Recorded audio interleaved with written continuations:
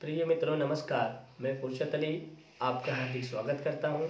मित्रों, UP board कक्षा 10 संस्कृत विषय संस्कृत कथा नाटक कौमुदी नामक खंड में कारुणिको जीमूत वाहना नामक पाठ के आधार पर पाठ का सारांश आप लोगों को समझने के लिए और परीक्षा में अगर आ जाए तो पाठ के पात्रों का चरित्र चित्रण लिखने के लिए पहला चरित्र चित्रण जीमूत वाहन का मैं आप सभी लोगों को दे चुका हूँ।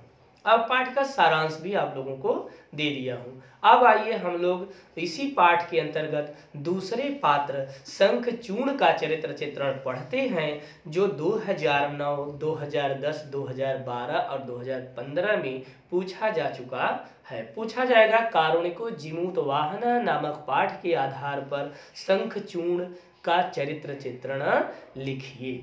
तो शंखचूर्ण का चरित्र चित्रण क्या है, देखिए लिखा है। सबसे पहले आप यह जानिए शंखचूर्ण कौन है, तो आप जानेंगे शंखचूर्ण जो है वह एक सर्प है। ठीक, तो परिचय हेडिंग डाल करके आप पहला हेडिंग लिखेंगे क्या, शंखचूर्ण एक गुणग्राही सर्प है, गुणों से युक्त सर्प है, जिसको सर्पराज वासुकी के समझौता के अनुसार गरुड़ का भोजन बनने के लिए उसके पास भेजा गया है। शंखचूर्ण को उसके माता पिता उस पर विशेष स्नेह है। उसकी चारित्रिक विशेषताएं इस प्रकार है। इतना लिखने के बाद अब आप पहला हेडिंग लिखेंगे क्या, दयावान।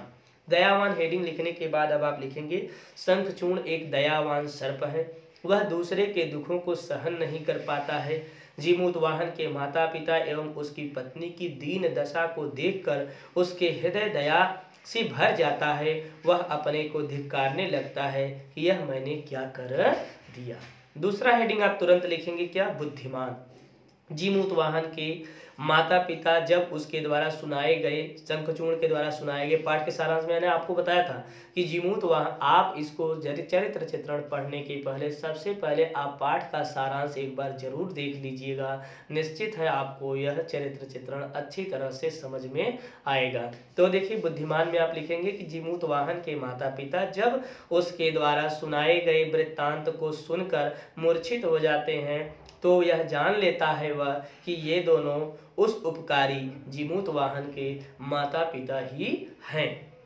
उसकी चेतना लौट आने पर वह उनसे कहता है, माने जीमूत वाहन के माता पिता जीमूत के थे, उनकी पत्नी से गरुड़ कहता है, शंखचूर्ण कहता है कि गरुड़ ने जीमूत वाहन को सर्प न होने के कारण शायद खाया न होगा और वह जीवित भी हो सकता है हो। हमें रक्त के चिन्हों का अनुसरण करके कैसे कैसे कहाँ कहाँ रक्त गिरे हैं, उन्हीं रक्तों को देख करके अगर हम आगे बढ़ें तो उसकी खोज कर सकते हैं कि इस समय जीमूत वाहन कहाँ होगा। अंततः वह उसे खोजने में सफल भी हो जाता है। ये दोनों ही घटनाएं उसके बुद्धिमान होने का साक्ष्य अर्थात सबूत प्रस्तुत करती है। मित्रों, तीसरा हेडिंग आप जल्दी से लिखेंगे क्या, सत्यवादी।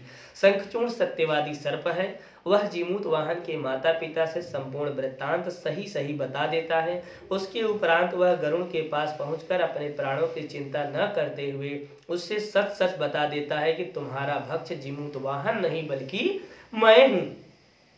तुम मुझे खाकर अपनी क्षुधा मतलब भूख को शांत करो। चौथा हेडिंग बहुत ही सरल और बहुत ही छोटा है, आशावादी।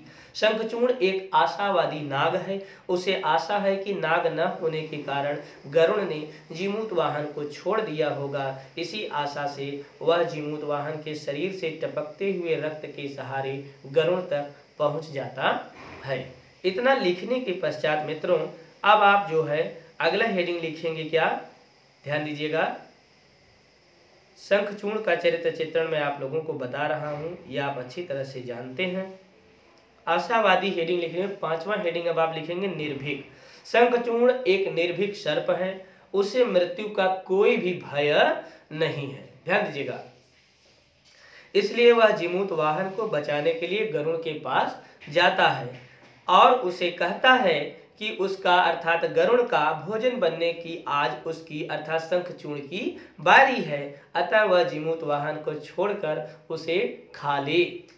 इतना देखिए, ये आप पढ़ क्या रहे हैं तो आपको एक बार फिर से बता दें, शंखचूर्ण नामक सर्प का चरित्र चित्रण पढ़ रहे हैं। अब अंतिम हेडिंग आपको पता होगा क्या लिखना है, निष्कर्ष लिखना है। तो अंतिम हेडिंग निष्कर्ष में आप लिखेंगे कि निष्कर्ष रूप से हम यह कह सकते हैं कि शंखचूड़ एक दयावान, निर्भीक, आशावादी, सत्यवादी और बुद्धिमत्ता से परिपूर्ण चरित्र वाला एक नाग है जो अंततः जीमूतवाहन के प्राण बचाने में सफल हो जाता है। मित्रों, ये शंखचूड़ नामक सर्प का एक छोटा सा जीवन परिचय था जिसको हम चरित्र चित्रण के रूप में जानते हैं। परीक्षा में अगर आ गया तो शंखचूड़ का चरित्र चित्रण आप लिखिएगा, उधर आप परीक्षा में लिखेंगे। इधर हमें बड़ी खुशी होगी कि कम से कम हमने जो बताने का प्रयास किया, अपना जो समय निकाल करके आपको बताने का प्रयास किया, हमारे कक्षा 10 के सभी मित्र भाई बंधु जितने हैं सब लोग अच्छी तरह से इसे पढ़े और परीक्षा में लिखे। इससे ज़्यादा और प्रसन्नता की क्या बात होगी।